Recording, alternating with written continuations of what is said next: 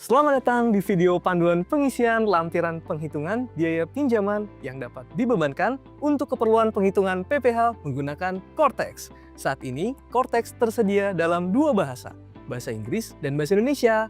Pada video ini, kita akan membahas alur pengisian lampiran penghitungan biaya pinjaman yang dapat dibebankan dalam lampiran 11B SPT PPh Badan dalam menu berbahasa Indonesia. Sebagai perhatian, informasi yang disampaikan pada media ini dapat berubah sesuai proses pengembangan sistem dan ketentuan perpajakan terbaru. Panduan ini ditujukan untuk memberikan pemahaman kepada kawan pajak terkait pengisian lampiran penghitungan biaya pinjaman yang dapat dibebankan dalam lampiran 11B SPT PPh Badan. Kawan pajak, lampiran 11B SPT tahunan PPh Badan merupakan lampiran yang digunakan untuk melaporkan biaya pinjaman yang dapat dibebankan untuk keperluan penghitungan PPh. Adapun yang wajib mengisi lampiran 11B adalah wajib pajak badan yang membebankan biaya pinjaman. Berikut merupakan dua tahapan dalam pengisian lampiran penghitungan biaya pinjaman yang dapat dibebankan dalam lampiran 11B SPT PPh Badan. Pertama, penyiapan dokumen pendukung, dan kedua, pengisian lampiran 11B. Tahapan pertama, penyiapan dokumen pendukung. Pada tahapan ini, silakan kawan pajak menyiapkan dokumen pendukung berupa 1. Data saldo utang tiap akhir bulan per kreditur. 2. Data saldo modal tiap akhir bulan setiap akun ekuitas. 3. Data biaya pinjaman setiap kreditur pada tahun pajak atau bagian tahun pajak. Tahap kedua, pengisian lampiran 11B. Pada lampiran 11B terdapat 3 bagian, yaitu penghitungan EBITDA, perbandingan antara utang dan modal, dan penghitungan biaya pinjaman yang dapat dikurangkan dan tidak dapat dikurangkan. Untuk bagian 1, penghitungan EBITDA, beberapa kolom akan terisi secara otomatis apabila kawan pajak telah mengisi lampiran-lampiran sebelumnya. Mengingat tahun pajak 2025 belum terbit ketentuan teknis mengenai EBITDA, maka bagian penghitungan EBITDA dapat diisi dengan angka kosong. Sehingga tombol tambah pada bagian 2, perbandingan antara utang dan modal atau debt to equity ratio akan muncul. Bagian 2 ini wajib diisi oleh wajib pajak badan yang didirikan atau bertempat kedudukan di Indonesia yang modalnya terbagi atas saham-saham. Namun demikian, dikecualikan dari ketentuan perbandingan antara utang dan modal untuk 1. Wajib pajak bank. 2. Wajib pajak lembaga pembiayaan. 3. Wajib pajak asuransi dan reasuransi. 4. Wajib pajak yang atas seluruh penghasilannya dikenai pajak penghasilan yang bersifat final berdasarkan peraturan perundang-undangan tersendiri. 5. Wajib pajak yang menjalankan usaha di bidang infrastruktur. Dan 6. Wajib pajak yang menjalankan usaha di bidang pertambangan minyak dan gas bumi, pertambangan umum, dan pertambangan lainnya dengan kriteria tertentu. Ketentuan selengkapnya dapat disimak di Peraturan Menteri Keuangan Nomor 169/PMK.10/2015 tentang penentuan besarnya perbandingan antara utang dan modal untuk keperluan penghitungan PPh. Klik tombol tambah pada bagian A penghitungan rata-rata saldo utang, masukkan nomor identitas pemberi pinjaman, nama akan terisi secara otomatis. Khusus untuk wajib pajak luar negeri yang memasukkan nomor identitas lainnya, kolom nama diisi secara manual.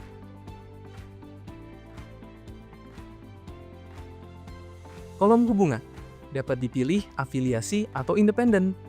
Pada contoh kasus ini, kita pilih independen. Berdasarkan contoh kasus, isikan kolom saldo utang bulan ke-1 sampai dengan 12 dengan nilai saldo utang pada akhir bulan yang sesuai.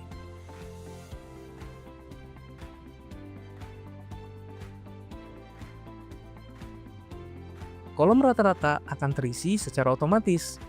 Klik simpan. Ulangi proses tersebut untuk menambah isian pemberi pinjaman lainnya.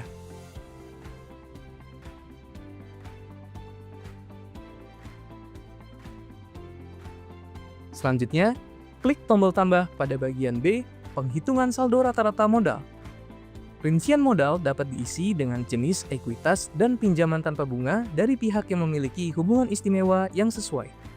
Berdasarkan contoh kasus, isi kolom saldo modal bulan ke-1 sampai dengan 12 dengan nilai saldo modal setiap jenis ekuitas dan atau pinjaman tanpa bunga dari pihak yang memiliki hubungan istimewa pada akhir bulan. Kolom rata-rata akan terisi secara otomatis. Klik simpan. Ulangi proses tersebut untuk menambah isian rincian modal lainnya.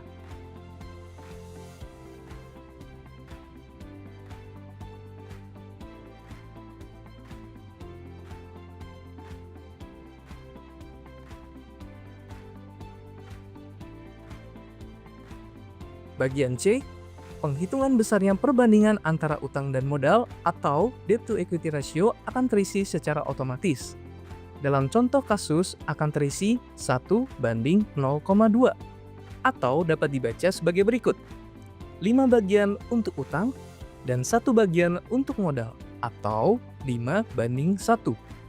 Selanjutnya, klik tombol tambah pada bagian 3, penghitungan biaya pinjaman, isi nama pemberi pinjaman, kemudian isi saldo rata-rata utang untuk setiap jenis pinjaman sesuai dengan kolom rata-rata bagian 2A, penghitungan rata-rata saldo utang. Pada contoh kasus ini, silakan kawan pajak isikan dengan isian yang sesuai.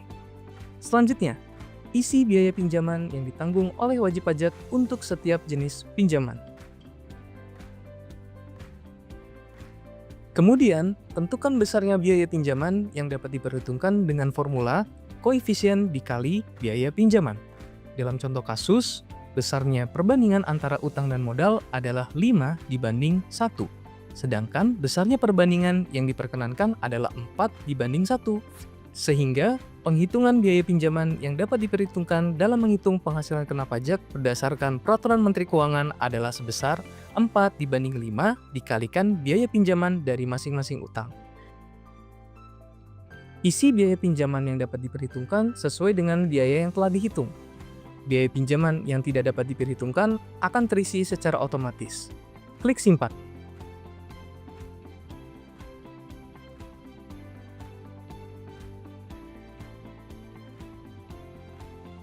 Maka jumlah biaya pinjaman yang dapat diperhitungkan adalah sebesar Rp96 juta.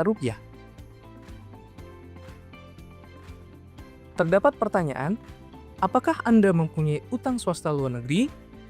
Centang sesuai kondisi kawan pajak. Apabila kawan pajak memilih ya, maka kawan pajak akan diminta untuk mengisi lampiran 11C. Klik simpan konsep. Selamat, kawan pajak telah berhasil mengisi lampiran 11B SPT tahunan PPh Badan melalui Cortex. Jika kawan pajak masih memerlukan bantuan, silakan kunjungi www.pajak.go.id, hubungi Kening Pajak 1500200, dan subscribe channel YouTube @ditjenpajak RI untuk menyimak video panduan lainnya. Pajak tunggu, Indonesia tangguh.